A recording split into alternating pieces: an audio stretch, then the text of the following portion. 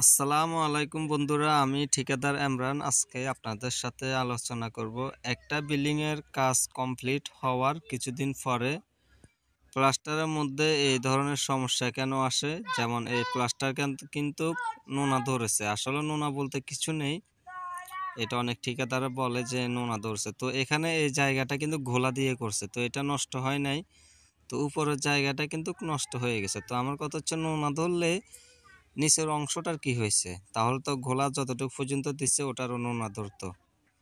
তো কথা হচ্ছে ওটা সিমেন্টের কারণে আসলে প্লাস্টারটা কিছু হয় নাই, উপরের জায়গাটার মধ্যে প্লাস্টার কম, প্লাস্টারের মধ্যে সিমেন্ট কম হওয়ার কারণে আসলে এই সমস্যাটা হয়েছে।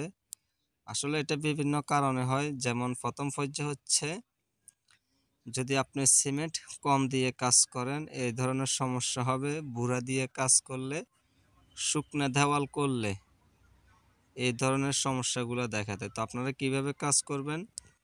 3 বস্তা বালু, 1 বস্তা সিমেন্ট। অনেক মিস্ত্রিরা রয়েছে 4 বস্তা বালু 1 বস্তা সিমেন্ট দিয়ে কাজ করে। তো অবশ্যই আপনারা মাপ অনুযায়ী মশলাগুলা যেন 3-1 হয়, তাহলে ইনশাল্লাহ আপনাদের প্লাস্টারের মধ্যে সমস্যা হবে না। তাছাড়া মশলাগুলো কিন্তু নরম হতে হবে, আমাদের মতো এরকম অনেক মিস্ত্রিরা রয়েছে দুরিশা দিয়ে কাজ করে, শক্ত মশলা দিয়ে। তো অবশ্যই যেন মশলাগুলো এরকম নরম হয়। প্লাস্টারের কাজ করার সময় অবশ্যই দেওয়ালকে ভিজাবেন ভালোভাবে। দেওয়াল ভিজানোর পরে যে কাজ করবেন, শুকনো দেওয়াল কখনো কাজ করবেন না। শুকনো দেওয়ালের মধ্যে যদি কাজ করেন তাহলে প্লাস্টারের সমস্যা হবে। তো মশলাগুলো অবশ্যই নরম মারবেন, আমাদের মিস্ত্রিরা যেভাবে নরম মশলা দিয়ে কাজ করতেছে। তাছাড়া ভুরা কখনো দিবেন না, ভুরা দিয়ে কাজ করলে এই ধরনের সমস্যা হয়। তো বিল্ডিংয়ের কাজ কমপ্লিট 6 থেকে 1 বছর যাওয়ার পূর্বে প্লাস্টারের মধ্যে অবশ্যই সিলার মারা রাখবেন। যদি সিলার মেরে রাখেন তাহলে প্লাস্টার অনেক দিন টেকসই থাকে।